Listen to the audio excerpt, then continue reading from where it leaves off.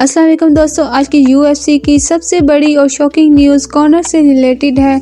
जी हाँ, यूएफसी का सबसे बड़ा सुपरस्टार कॉनर ने एक ऐसा बयान दे दिया है जिससे एमएमए वर्ल्ड को हिलाकर रख दिया। कॉनर ने सीधा सीधा कह दिया है वो डाना वाइट के साथ नेगोशिएशन से बिल्कुल थक चुका है और जब तक यूएफसी का टॉप बॉस से बात क्लियर नहीं होती वो यूएफसी में वापस नहीं आएगा। दोस्तों, कॉनर का कहना है कि वो काफी अरसे से यूएफसी के साथ कम बैक पर बात कर रहा था, लेकिन बार बार डिले, प्रॉमिसेस और अनक्लियर प्लान की वजह से वो अब बिल्कुल फ्रस्ट्रेट हो चुका है। कॉनर ने कहा कि उसे लगता है कि यूएफसी उसकी वैल्यू को समझ नहीं रहा। कॉनर का नाम सिर्फ एक फाइटर का नहीं बल्कि ब्रांड का नाम है। जब भी कॉनर फाइट करता है पे पर व्यू रिकॉर्ड टूट जाता है, टिकट सेल्स स्काई हाई होती है और यूएफसी को मिलियन का फायदा होता है।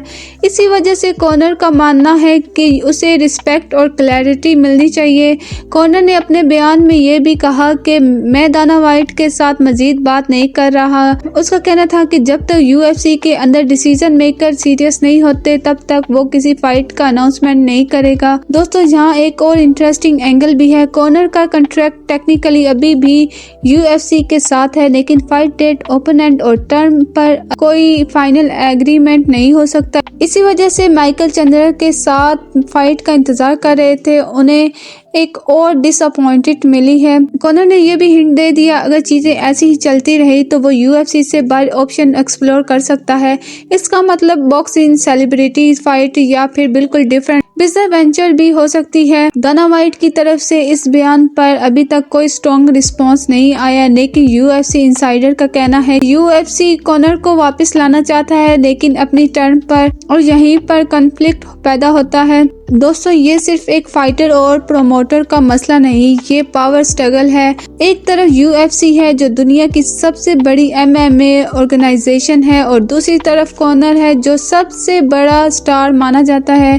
अब सवाल ये है, क्या कॉनर वाकई ही यूएफसी छोड़ देगा या फिर ये सिर्फ एक प्रेशर है ताकि बेटर डील मिल सके। फैन अब दो हिस्सों में बंट चुके हैं। कुछ लोग कहते हैं यूएफसी बिना कॉनर के भी चल सकता है, जबकि दूसरे फैंस का मानना है कि यूएफसी का असली सुपरस्टार सिर्फ कॉनर ही है। अगर कॉनर वापस नहीं आता तो यूएफसी के लिए ये एक हिस्टोरिक लॉस होगी। अगर बात बन जाती है तो यकीन माने कॉनर का कमबैक सबसे बड़ा कमबैक होगा। आपका क्या ख्याल है, क्या कॉनर यूएफसी में वापस आएगा या ये उसका फाइनल गुड बाय होगा? कमेंट में अपनी ओपिनियन जरूर देना। वीडियो को लाइक करें, चैनल को सब्सक्राइब करें और यूएफसी की हर ब्रेकिंग न्यूज के लिए हमारे साथ जुड़े रहें। मिलते हैं नेक्स्ट वीडियो में, तब तक के लिए अल्लाह हाफिज।